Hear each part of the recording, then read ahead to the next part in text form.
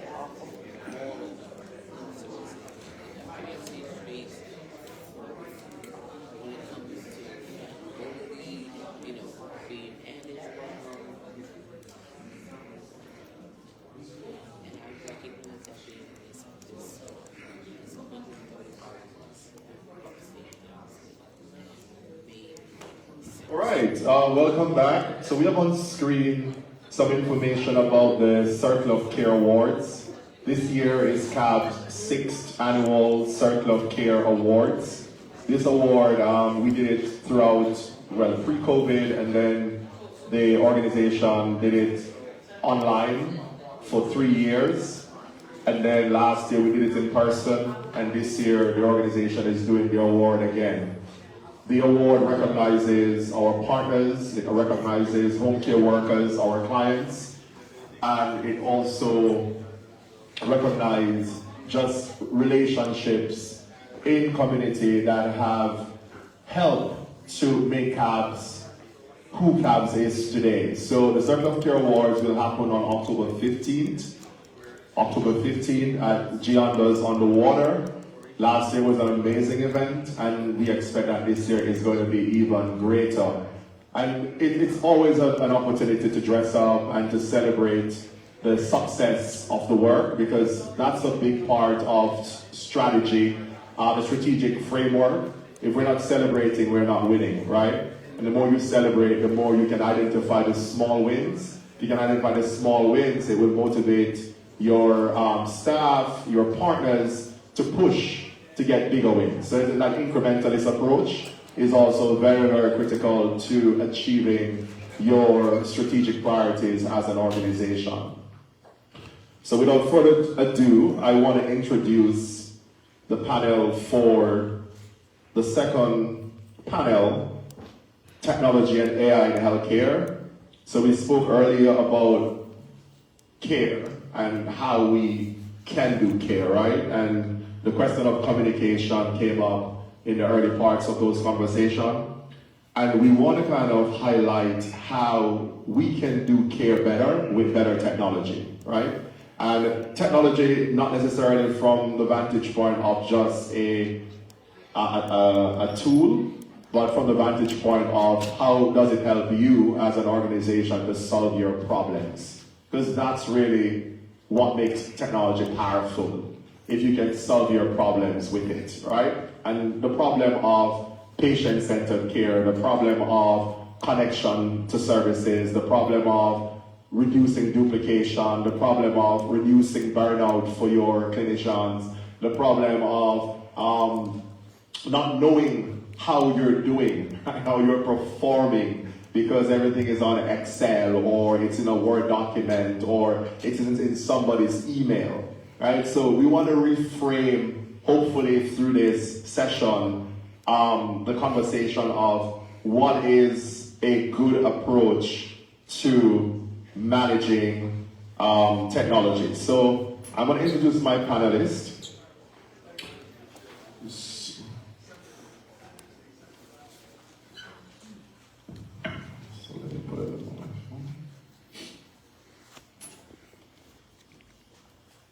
And better yet, let me do it the other way around so that we don't spend too much time going through bios. Right, so on my panel, you can always go online and see those bios. I have two astute gentlemen, and the senator will be joining us. I have with me Mr. Matt Bishop.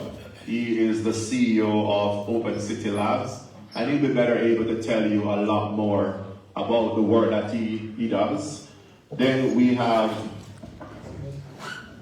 Mr. Wilfredo Perez. Mr. Wilfredo Perez is the CEO of TKO Tech and Consultant for Cabs Health Network for how long? For a long time, right? Really helping cabs to stay in compliance, creating a secure environment for the work. And then we have Senator Parker, New York State Senator, District 21, who, from a regulatory perspective, we felt it was important to invite him to be a part of the conversation and to let us understand what are some of the opportunities that exist within the context of technology and what are some of the things that he's working on at the Senate level. So I'm going to pass the mic along, and one of the biggest things for me in this conversation is I want to know my panelists' point of view, right? So what does this topic mean to them, right? And how will technology transform the work that they do every day? And what is new? So panelists, give me your perspective on this topic. Hi, thanks for having me. My name is Matt Bishop. I'm founder and CEO of Open City Labs. I got my career started at Manhattan Psychiatric Center and Kirby Forensic. And I worked there and saw patients being discharged, eventually becoming homeless, going from jail to homelessness to psych facility, not getting the services they need, not getting the transitions and care that they needed.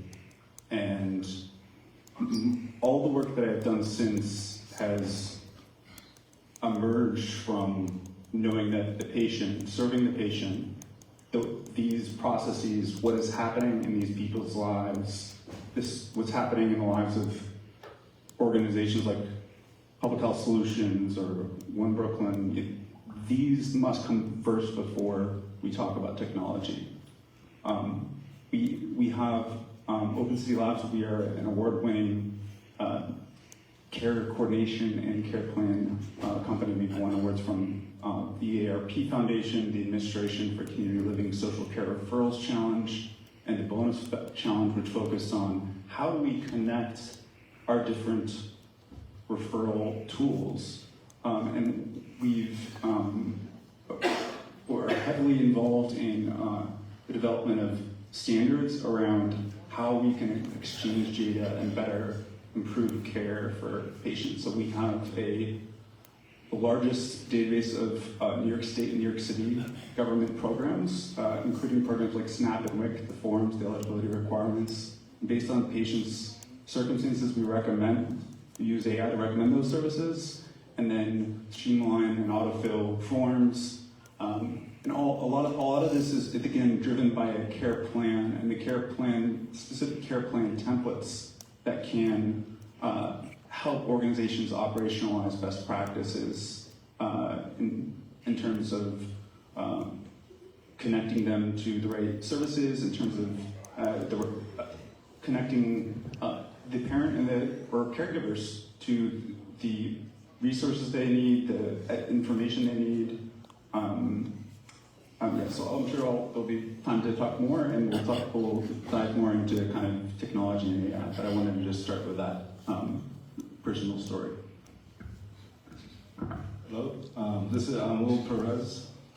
I've basically been in technology for over 22 years. I've helped the sectors of nonprofit get the help they need, given some limited budgets, given the best cybersecurity, and just help the nonprofits evolve with technology. Because more often than not, they always stay behind due to budget constraints and lack of qualified tech personnel. So that's one thing I've done over the years is help nonprofits move forward with technology, help them embrace it. Because if one person is not taking lead, then they'll just stay with the methods they've been using in the past.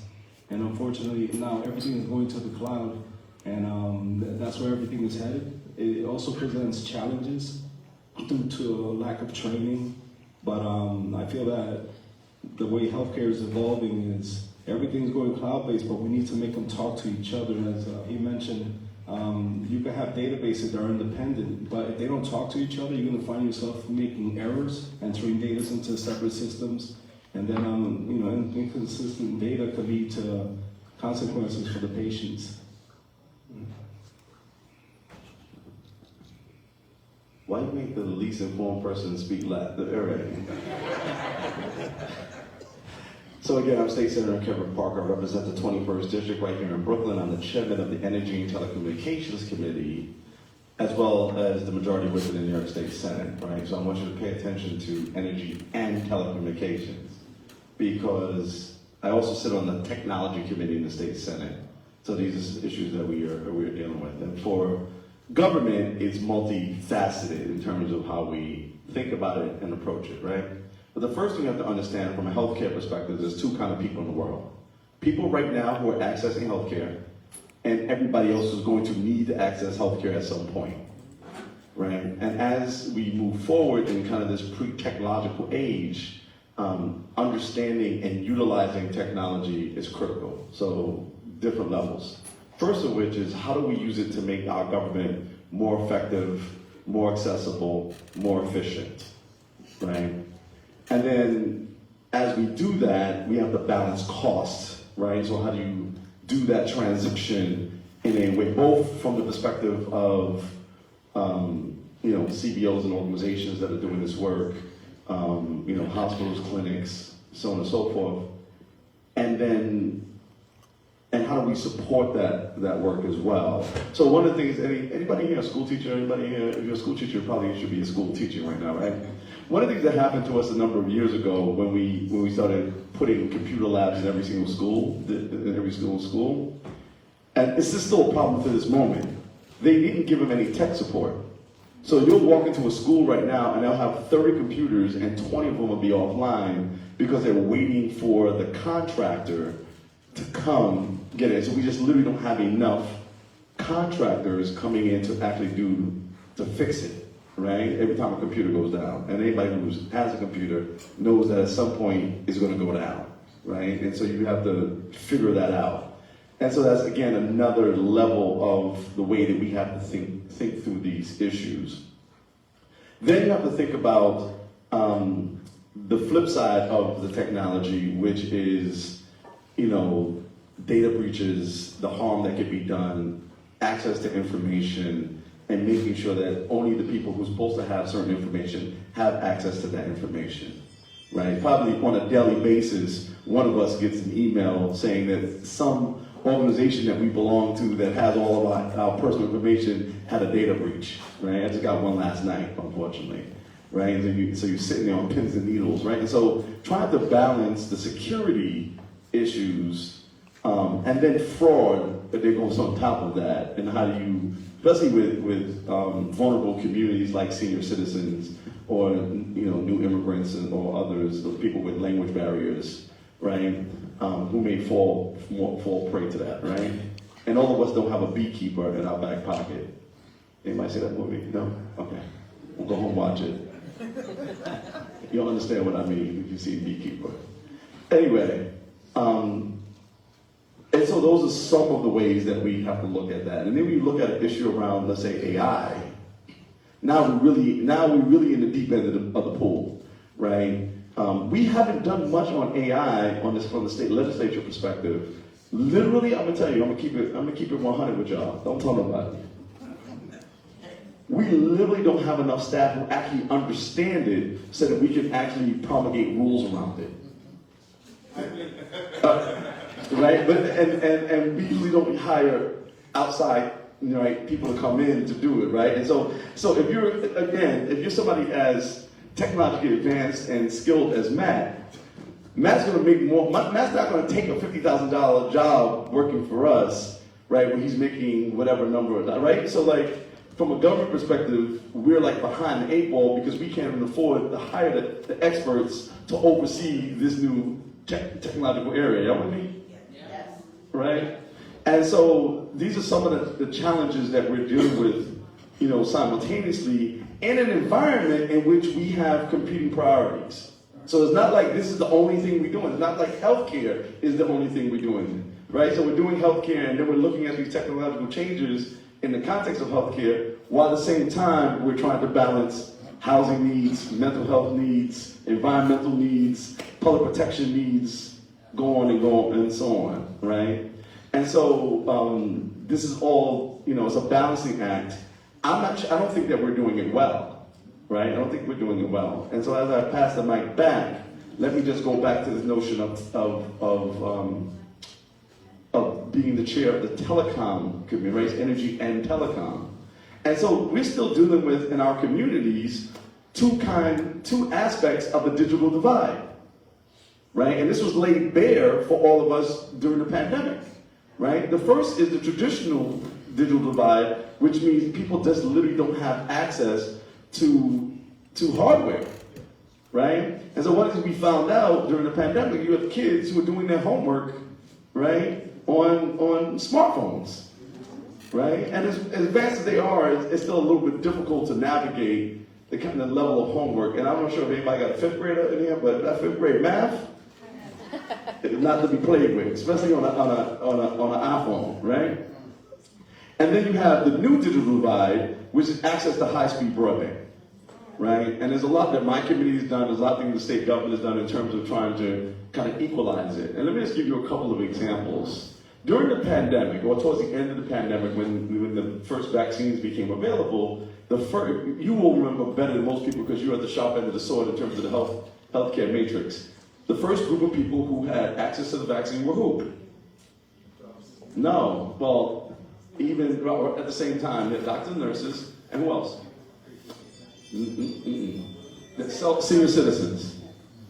What was the only way that you could sign up for the vaccine? Senator, I want to cut you. No, don't cut me. Don't cut me. I'm gonna end this point. This time I'm gonna end this point. I mean, you gave me the mic. Y'all should have knew better. Y'all should have knew better and got me up there talking, right? So I'll give you the answers, right? So senior citizens were one of the first groups to get it. The only way you could get the vaccine was to actually sign up online. So you told the most vulnerable group of people that the only way they can get access is use the modality that they're least technically connected with, right? Those are the things. And so what happened is that elected officials' offices became outposts for people to come to so we could use our computers to sign them up online and make sure they had access. These are the kind of challenges that we all have to pay attention to, but particularly become a problem for elected leaders and the things that we have to work with, which is why these symposiums and this conversation is important because we need to be informed about the direction in which we're going and the things that need to be done so we can fix it before we mess it up. Thank you. Thank you.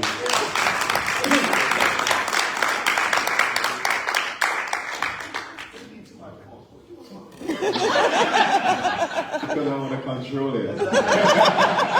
But no, so it's what's interesting, the Senator highlighted a lot of the points that are critical to this work. So what's the problem, right? He highlighted several problems or opportunities for improvement. Then process. As you think about your journey in your organization, your technology journey, what is that process? What are the steps you need to take to essentially drive your work and with your limited budget, right? Then he spoke about a little bit of access. He spoke about capacity of workers, capacities of clients to essentially utilize the technology. I think what I want from the panel at this time is just to give the audience a sense of the digital transformation journey. Because all the time when we think about digital transformation, we think about jumping into heavy tech, right? But at the core of digital transformation is process improvement. Otherwise, we're going to be building on the old things. And building on the old things without cleaning the house first is problematic, right? So if you give the audience a sense of what that journey looks like, and what are some of the best practices that they should be thinking about, and what are some of the things that they should be looking out that they don't step on those minefields. So, yeah. Dr. Scott really laid out what the roadmap should be when thinking about technology. You start by identifying what the persona, what is the patient population that you're looking to help. Let's say pregnant women with diabetes, or Medicaid pregnant women, or maybe you're trying to address health equity, so you want to focus on one particular, the African American or Latino population, what have you, right? Then you identify what are all the best practices, right, for each of the care team members. Yes, the doctor, but other care team members. What is the role of family members or household members?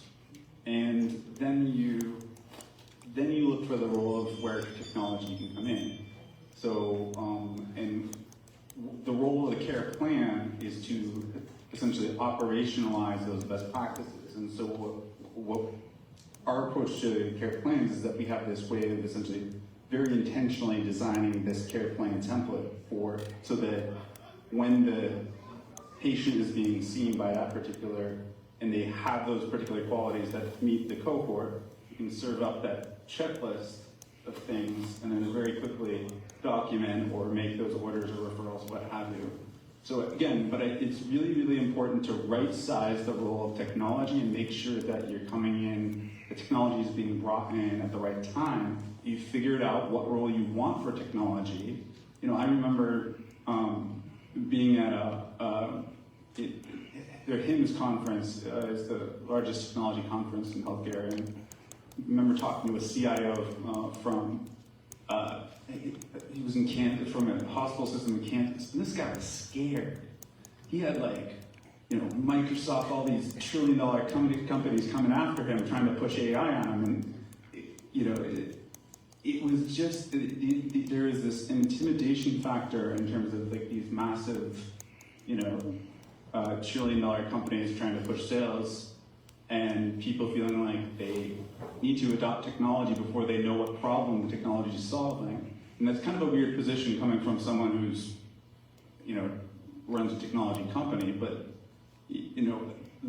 digital transformation happens successfully when you know what, you've gone through this process and you know what the problems are, and then you can then find the right technology for those problems you're addressing. Indeed. As with any organization, especially healthcare, there is a roadmap to essentially become paperless, the way I see it. And what's happening with a lot of organizations is they rely on paper too much, and they have old-style systems. I know this is a bit different than directly healthcare, but it affects healthcare as well. Because there's too many times where the intake form is a piece of paper you're filling out. So one thing that has to happen in organizations is they need to start embracing the cloud and embrace digital inputs, and just get rid of all of the file cabinets as best as possible. I know there's legal rules where you need to maintain paper copies, but you should definitely implement a digital file system. And this will help keep all the data together. And another thing that I think is important is training for all the staff members that are using these systems. Like you said, they're rushing into something that they don't know if they need, where let's say they do implement it, they probably will use only 5% of the software because of lack of training. So that's what I feel the big dangers are, is you implement, you roll out a system, and then they're like staring at a wall. They don't know what to do. So that definitely will affect their abilities to provide care to their patients. It's interesting. That makes a lot of sense. Before Senator Parker comes in, problem, right? Customer, what the customer needs. So it's really important as an organization that you define your current state. What is your current state in terms of technology, in terms of processes today? you want to identify the future state that you want to get to, right? And then you're here at A, you want to get to D. What's in between A and D, right? What are the gaps? What are the opportunities? And then you want to refine your processes to help to get you to the future state, and then bring in technology that is going to support you to get there, right? So the first thing in defining the problem, looking at all your customer experience, your talent experience, your partner experience, your vendor experience, all of those experiences need to be looked at because those are key drivers in the opportunity kind of frame. And then you use that to see where you are, and then you figure out, how do I want to fix this? So you talk about the intake process, right? As you think about the intake process, what is not working? How long does it take for the case manager to send that referral? What happens when that referral is sent? Who gets it? The person that gets it, how long they take to respond to it? And really understanding every trigger along the process is critical to the transformation process. Senator Parker. What was the question again? So the question is, the baseline of digital transformation is process improvement, right? So I disagree with both the assumption of the question and your response. As people who run organizations, we should be mission driven. And so the question is, what is the mission of your organization? The mission of your organization is not the process. And I think that Matt Bishop kind of said, kind of lent his answer to this as well. Right? At the end of the day is, what is the mission of your particular organization? If you are providing healthcare or you're doing, files or whatever you're doing, you have to look at the mission. Then you have to look at, is there a set of technology out there that improves our output? Does it make it better, cleaner, faster, stronger, whatever? Right? Remember the black man? Right? Some of y'all too young for that, sorry. Okay. Right? And so the question is, does technology, right, improve what you're doing? And if so, what technology, and then how much does it cost, right? Because for a lot of organizations, the question is, can you figure out the cost within the context of your budgets and the things that you're doing, right? Then can you put in a, per Will Perez's guidance, can you put in a training model that gets your employees up to speed if in fact you have a culture that lends itself to that? Part of the problem in city and state agencies is you have people who've been there 20, 30 years and they're not trying to learn no new computer system. And they're not interested in doing things in a different way, whether it's faster or more efficient or more effective, right? And so there's some cultural hitches that are in there. And then, again, from a government perspective, I'll tell you, then you also then run into I don't want to use this word, but the bargaining units. Let me use a nicer word. Right? So now you got to negotiate the bargaining units around this, right? And whether they want to, in fact, do these things. So there's a lot of pieces here that have nothing to do with just the simple fact of whether this is actually a good thing, for the agency, or whether this makes us more effective that we have to deal with. And as elected officials, we go through this all the time with both agencies, government agencies and nonprofits that we're working with. So I do think that there is some understanding we have to get to. We have to just do some basic stuff on government, like stop penalizing people for using electronic payments. They actually charge you on the New York City website to make an electronic payment. It's absolutely crazy. When everybody's doing electronic payments, then they create an economic disincentive for you to make electronic payments when you're telling me you want my property tax money. Yeah. So why are you charging me $12 or $30 to make an electronic payment or to pay my parking ticket? It's crazy. Mm-hmm. So those become the kind of cultural boundaries that I think that we need to have conversations about and work through. I'm less familiar with those without parking tickets, but I have less familiarity with those kind of problems that we have in the healthcare system. But I see a lot of nodding heads, so I'm sure that they're out there and happening in the same way. So I do think that there needs to be a little bit of a cultural shift, but based on the mission of our individual organizations. Indeed, indeed. It's interesting when we think about healthcare organization, the mission is patient outcomes, right? At the core of the work that we do is providing patient-centered services and providing the tools that connects us to patient-centered services. And so definitely agree with the senator around understanding that overall mission, and that looks differently at a strategic level than it does at the operational level, than it does at a functional day-to-day level. And you have to understand the layers of your organization and how that mission gets operationalized. Because without that understanding of the operationalization of the mission, a provider is going to come and tell you, I can make this problem go away, but can you make 80% of that problem go away? And when you buy technology, it shouldn't just be fixing a small problem. It should be fixing a lot of your problems. Why? Every time you buy a new technology, your staff have to learn. Every time you buy a new technology, it's taking a long time to implement that technology. So when you go through this transformation process, it becomes critical that you do it right, and your mission, your processes, understanding how it filters down, your cost, and all those elements are really, really critical to that journey. But I want to kind of switch focus a little bit to what's popular, and that's AI. We hear about AI every day, right? And everybody studying technology today is saying, my technology has AI in it, right? I'm from a different school. AI is definitely important, but what are we building AI on top of, right? But before, let me leave the past and let me move in the future. Tell me about AI. Where are we with that? How do we prepare healthcare organizations to think about AI? How do we prepare healthcare organizations to win with AI? Sure. What should healthcare organizations be thinking when they think AI? So, again, the first step is to ask, what does success look like? How will we know when we've gotten there, right? And then, like, what would the data for patient outcomes reflect to get us there, right?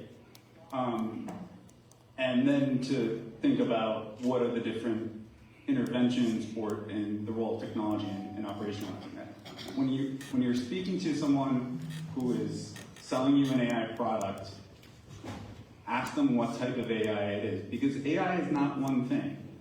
And not all AI has the same level of risk, right? So there's something called symbolic AI, or it's kind of also sometimes old-fashioned AI, where people brought together essentially facts, knowledge, right, and represented it in a way that a computer could understand. So that, if you Google search what is the capital of France, you get Paris, right? That is like knowledge coming from Wikipedia. You are never going to get that answer wrong, right?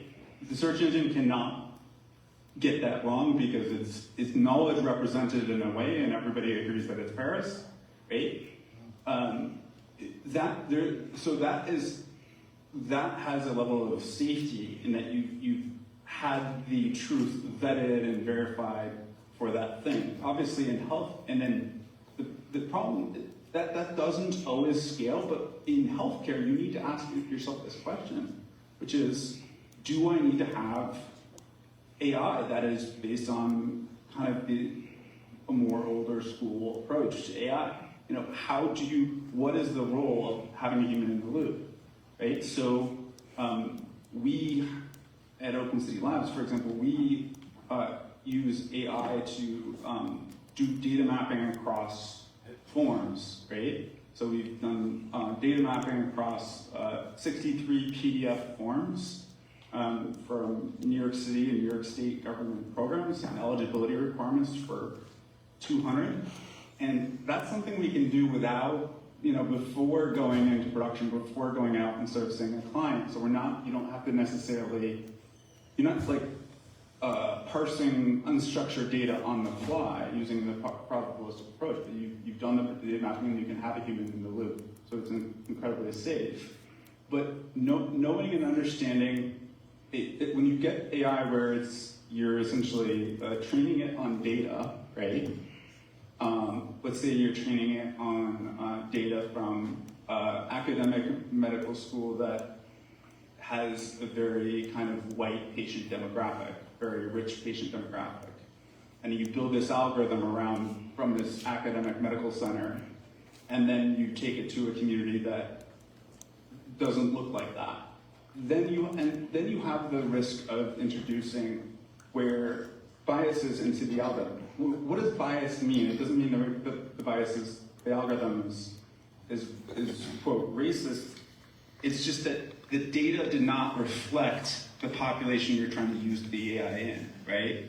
And so it's very important to know, right, with healthcare technology, if you're using AI that has been trained on something, you know, on a certain type of task, right? You know, what was it trained on, right? Is this safe? So that's, and so we have to take a measured approach, identify what is the problem that you're trying to solve, right? If it's some kind of like data mapping or data normalization, you know, can you have people in the loop, right? And you need to identify what the risks are for any given scenario, and is the technology built in such a way that it's mitigating the risks? I think it's really important to have people, be closely in tune with the clients that you're serving. So you have people on the ground seeing how it's working, getting people's feedback on technology, and so that there are opportunities. Now, there are principles, what I was to say to the senator, there are principles about technology, stepping away from AI for a second, that where I really think this, the state has opportunities to improve in terms of technology. And one of the questions I began when I started my company is, what are the common problems, having started my work in Office of Mental Health, and then moving over, I worked at Volunteers of America Greater New York, which has close to $100 million government contracts to provide social services. What are the common problems that you see across all of these different domains? Right? What are the common problems, regardless of whether you're talking about a food program or foster care or health care or mental health? It's how do I enroll in this service, the person? How do I discover that I'm eligible for it, right? And then how do I get that information to the people who need it so that they can get me enrolled? So that the access, so thinking about how, instead of, one of the ways that, maybe the other way. Anyways, so thinking about how you can address, implement technologies that can address things across multiple sectors is a big opportunity. Make it like 60 seconds. What's the question again? So I see AI is a term that's being used too loosely throughout lots of products coming out now. Anything, you go open up Adobe Acrobat, it has AI now. You open up Grammarly, it has AI now. And they're just using that word too loosely, and I feel that a lot of companies are doing it so that their products could be seen as futuristic, like they're there already, but they're not. So you can't just believe the word AI it's included in the product, when in fact it's a simple automation, so with healthcare, AI sounds like a great idea, but it has to be taken with caution, because sometimes what's generated is not valid. So, for example, Mount Sinai has implemented something called Deep Patient, which is an AI-based chart where it could predict future outcomes for this patient, future recommendations for this patient. And it sounds like a great thing, but it must be, they should look at it from a human perspective and see if it makes sense what was recommended. And so that's what I see happening in healthcare. They will implement AI, but it should be with precaution. Oh, the senator has nothing to say. Love that. No, I think what's interesting though is we've been using AI at the symbolic level for a very, very long time, right? So that's not new. One of the things that is important is how do we train the AI, which you spoke a lot about. How do we train the AI? How do we connect the right data, the right database with the right people, universe that you're dealing with? And so ultimately, AI becomes powerful as you use it. As you use it, it essentially starts to give you closer information to what is needed for the population that you're serving. Every healthcare professional should be reading up on AI, playing with ChatGPT, playing with these models, not necessarily to provide recommendation to patient, but to get comfortable, familiar with it, familiar with what it can do, right? So when you put a speech in an AI and say edit and make better, and it goes, and in a couple of seconds it gives you a better speech, right? It doesn't mean you're going to take that speech and run with it. You're going to now go back in it and clean it up, right? So you want to start with a base, and the base is your data that you have currently today, right? And then you want to build on it, and then you want to refine it by going into it to say, is it working? Does this make sense? The human element, right? And then you push forward. So let's talk a little bit about security, and then we'll open up for questions. There's a lot of security concern, and I know the senator spoke about that earlier. So I will ask the senator to really talk about what are some of the things that we should be thinking about when it comes on to security at the infrastructure level or even at the user level, so that we can ensure that when we implement technology, we're not creating more problems than we have today. The senator. Yeah, so one of the first areas, and again, Matt Bishop talked about this, is the idea of implicit bias in technology, right? And there's a whole kind of field emerging around this implicit bias and what we see, particularly around AI and what's being generated, right? So the basic thing that you learn, I'm 57, so I remember, I'm the oldest person up here. So respect the elders. I remember, Matt, learning how to code in BASIC, right? And this is, 1983 or something like that, right? And so, one of the things you learn at that level is garbage in, garbage out, right? And I think that still remains true, right? That if the people who are inputting the data, if the people who are constructing the models are putting them in with implicit bias, those implicit biases get built and grow exponentially within the model, right? And so that I believe is a security risk as well. Not security in the same way, but it is a notion of being careful about what you get out of that, right? And then beyond that, you get the kind of then more traditional ideas of what we think about in terms of security, right? Data breaches, right? Fraud, right? People being able to access the system, people being able to, even internally, people being able to access information they should not have access to. And so you have to be very careful with that. And obviously, external people who may be trying to attack systems, right? And this is a huge thing on my committee, and something that the state of New York is involved in daily, both from the context of our own information. And this happens even to the state legislature. I mean, we had one day where we got shut down because we had ransomware on our legislative system, right?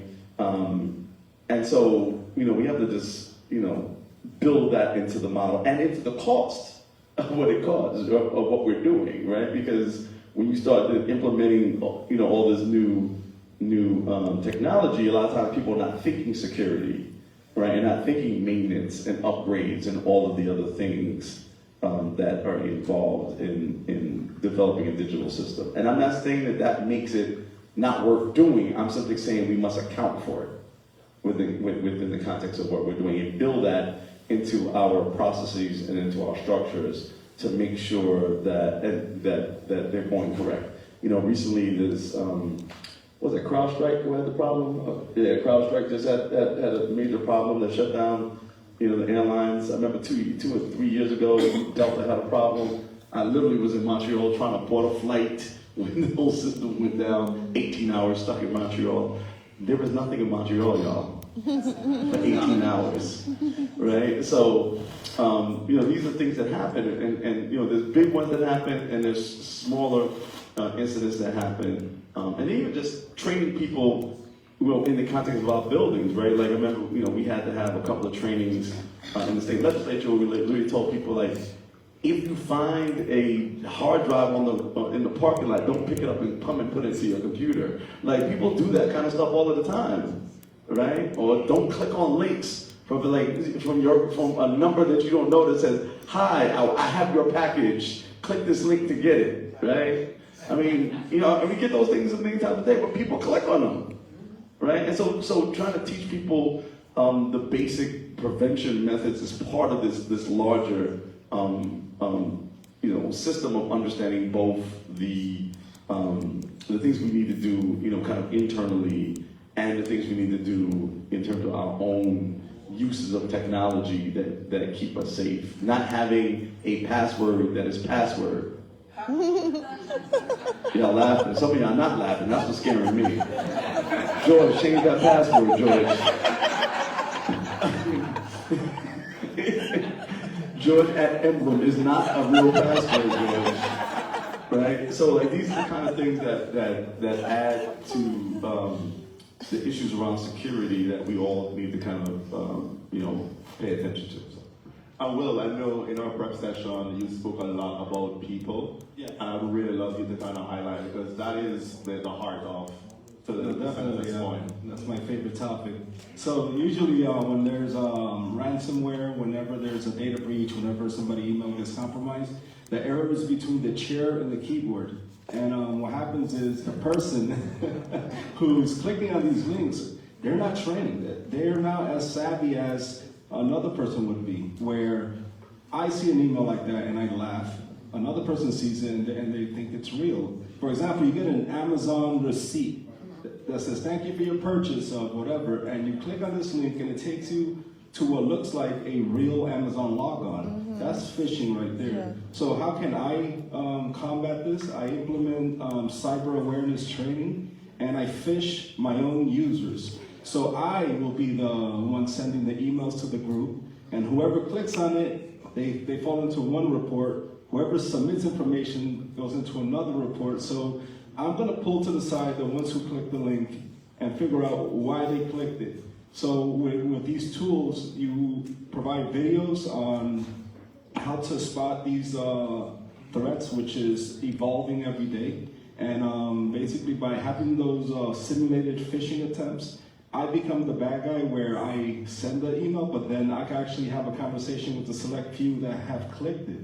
And this will help minimize it. And you can also set up the system to, when they click on the link, it puts up a training video saying, "Hey, you've been phished," and things like that. Yeah, No, I think that makes a lot of sense, Will. Before Matt speaks, we're going to open it up for questions. Matt will answer the first question, right? So, any questions from the audience in relation to the conversation of security or just the conversation we've been having? George, change that. Hello, my name is Wayne Clark. How do you distinguish between AI and the regular algorithms? The regular search engine. Because the search engine gives you information on how do you distinguish it? Yes, so AI has been part of search, since forever, right? I think what is new, you might have noticed with the changes in Google's search results where they're generating this response, right? What's new, large language models and this approach, this generative AI, is this subset of AI that has its own sets of risks, right? That it can daydream things, it can just make things up, right? It can get things wrong. Mm-hmm. And so there has been good, I'll call it, good forms of AI that's been part of search since forever, right? This is just a different flavor of AI, right? So, there's an old saying, it's we call it AI until it just works, right? We've been depositing checks, at the bank, and automatically, uploads it to your bank account by reading your bank account number and identifying how much the amount is. Like that's AI. It's been around since the 80s or something, right? So I hope that answers your question. Well, I think to add to that, I mean, think about AI being, when you do a search, right, and you say, I want to find out which restaurants are around here. And it pops up a list of restaurants, right? And with AI on the other side, that's a regular Google search, right? I want to find out some good restaurants, right? And who it is, people that are talking about it, create for me a report of good restaurants. Now AI will now take that information and actually provide you like a report and tell you why this restaurant is good, why this restaurant is bad, and not just your kind of linear company 1, company 2, stars on Google, company 3, stars on Google. So AI goes a little further to create analysis of information, or should go a little further to create analysis of information, right? While traditional search is flat. You ask for it and it gives it to you, but with not a lot of analysis. It may give you access to a report, while AI will pull information from many reports and give you an answer that hopefully is comprehensive. And then again, the risk of that is that you can't take that and say, oh, I got it from AI, I can run with it. You don't have to do the investigation to read it. So you can't depend on AI alone. You gotta have knowledge, right? And you have to be able to say, this is right, this is wrong. No, this doesn't make sense, right? So it's a conversation that you're having with the computer, like you're having with your secretary or your chief team member who would essentially support different work that you do. So AI is powerful, right? And that's why I say start playing with ChatGPT, download it and start to ask it questions, start to read out, start to hear what's out there, because it's gonna help a lot. Okay, so thank you very much, and I want to thank everybody for all that you've offered. Matt, you actually drew on something that I think is very relevant, and that is back in the 90s, I heard someone speak about the latest, greatest technologies, and they asked this gentleman, what do you think of being on the cusp of technology? He goes, I'm not. He goes, what is the latest, greatest technology everybody thinks is out there right now? A fax machine. He goes, well, in actuality, a fax machine is just an iteration of a ticker tape machine. He goes, so this has been around for decades. So to your point about AI and what the technology is right now, the onus is really then on the individual who's looking to invest in a system for their patients or for their healthcare or for whatever. Yet, with technology constantly ping-ponging back and forth, what is needed, what is not needed, it really becomes very difficult for someone to fully understand that. So I guess my question to you is really, how do we help educate someone to know what is needed, what is not needed for their patients, for their systems, or for their, even on the individual basis? If you understand what I was trying to get at. Do you mean from a question of the care delivery or the entire operations of the facility? Entire operation of the facility. Yeah. Yeah, so I think a lot of education about AI is really necessary, right? Like, you take like prior authorizations, you can, generative AI might be able to play a role in, again, I'm not saying that this is appropriate for any one facility, but there are companies that are specializing in helping to write prior authorizations to streamline that workflow, right? Now you need to have a doctor reading it to say, did it get this right? Like you should not be asking AI to do anything that the person reading it and evaluating cannot vet it and say that this is right or this is wrong, right? So in the same way, it's like as kids we were told, don't believe everything you hear, and it was don't believe everything that's on the internet and then what's on social media. Now it's like don't believe everything that ChatGPT tells you, and so I think what's unique about these models is that they normally when you have a model, you say all we're doing is narrow AI. All we're doing is we're identifying from this radiology, does this person have breast cancer, right? Yes or no, yes or no. You train it, you get it, and you refine the model, giving it more and more data. What's unique about these new models is that they're finding that you can create this function, this optimization function, you know, in the narrow AI, let's say it was about identifying breast cancer, where you're seeing improvements across multiple categories. So that's what's unique about these new models, is to understand that, well, the human interface that, you know, someone non-technical can go to ChatGPT is oftentimes not the right answer. Most of the time, it's not going to be the right answer for you. There are essentially what they call an API, where you have task-specific, very narrowly specific thing that the AI needs to be able to do, and it's different, and it will be different whether it's you have a data classification task, or whether you're trying to detect breast cancer, or you're trying to do something else. Let me just, little plug for Google's Notebook LM. I saw some nodding heads. You can upload up to like something like 30 or 40 books, you know, like throw a ton of PDFs at something, and just talk with these documents, right? So I'm doing that. This is one area where, from the operational standpoint, the legal department might benefit from it, right? Like, you throw a bunch of laws and regulations and then say, is my department subject to this regulation? And then it will actually cite, which part of the document, which document you're referencing it. That's been really good. I think this is really, really neat. I'm gonna give our panelists the opportunity to say their last 30 seconds so we can wrap up, but we can't talk about technology and digital transformation in 45 minutes. It's just not possible, right? But at least we can actually start the dialogue. So we'll start with the Senator, and then we'll come back.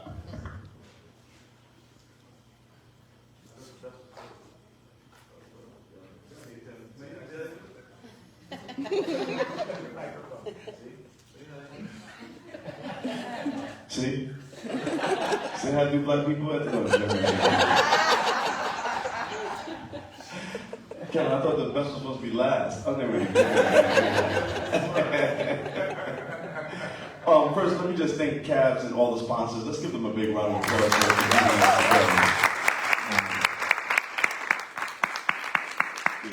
This is well worth the conversation. And again, this is a part of a conversation that hopefully we'll continue to have an update. Let me just say, as I think about technology and the uses of technology, is kind of, I kind of divide it into two parts, right? So it's internal technology, which sometimes is easy, like how do we communicate amongst ourselves? How does the agency, right, whatever it is, a hospital, a legislative office, how do we communicate amongst ourselves, and how do we communicate with other agencies of like, right?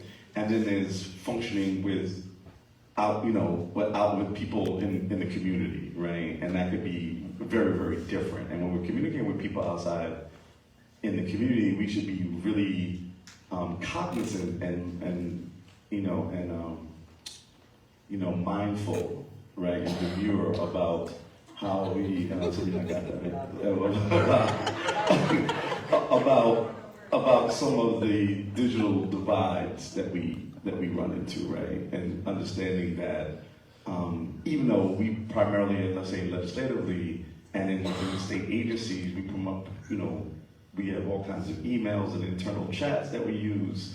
But now, most of the input we get from constituents is actually over social media, right? I get more things coming in through like my Instagram or Facebook and those messengers than I do even letters and emails from actual constituents, right? And so we should be thinking about those things and as we implement external technology to help improve either our communication or whatever output we're trying to get, we should really be clear about what impediments communities are having in terms of whether it's access to high-speed broadband or whether it's access to, again, traditional digital divide, which is access to laptops and tablets and those sorts of things. That makes sense, right? And so there's a lot of work. There's a lot of work out there to be done, and sometimes I think internally we just assume everybody has access to a laptop or a tablet, and they don't. And even if they have access to it, they may not know how to use it. And even if they have access and they know how to use it, they may not have high-speed broadband, right? And so these all become, factors in how effective the use of technology is between our agencies, our organizations, and communities. Thanks for having me.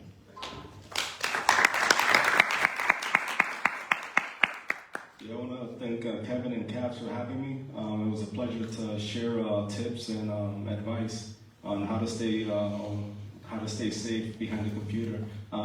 Technology is going to continue to evolve, and so will the threats. So it's good to stay vigilant and stay informed on how to avoid these, potential attacks. And it's unavoidable. But if you really train yourself and your staff, then they'll help minimize these attacks. So I just want to underline the urgency of now, where we are in this moment. There are far too many people, who are homeless. There are far too many people who are getting inequitable health outcomes. And in my career, I've always just tried to identify where's my point of maximum leverage. Where can I have the greatest impact? I started in government, moved over to nonprofit, and then saw technology as the way to scale the impact that we have, right? I'm passionate about getting this technology right, so that's right for communities and right for the impact that we can have together. So, thanks so much for the opportunity. Thank you, Matt. Thank you, Senator. Thank you, Rich. This was a good one, and we look forward to continue this conversation around tech. Thank you. Pero,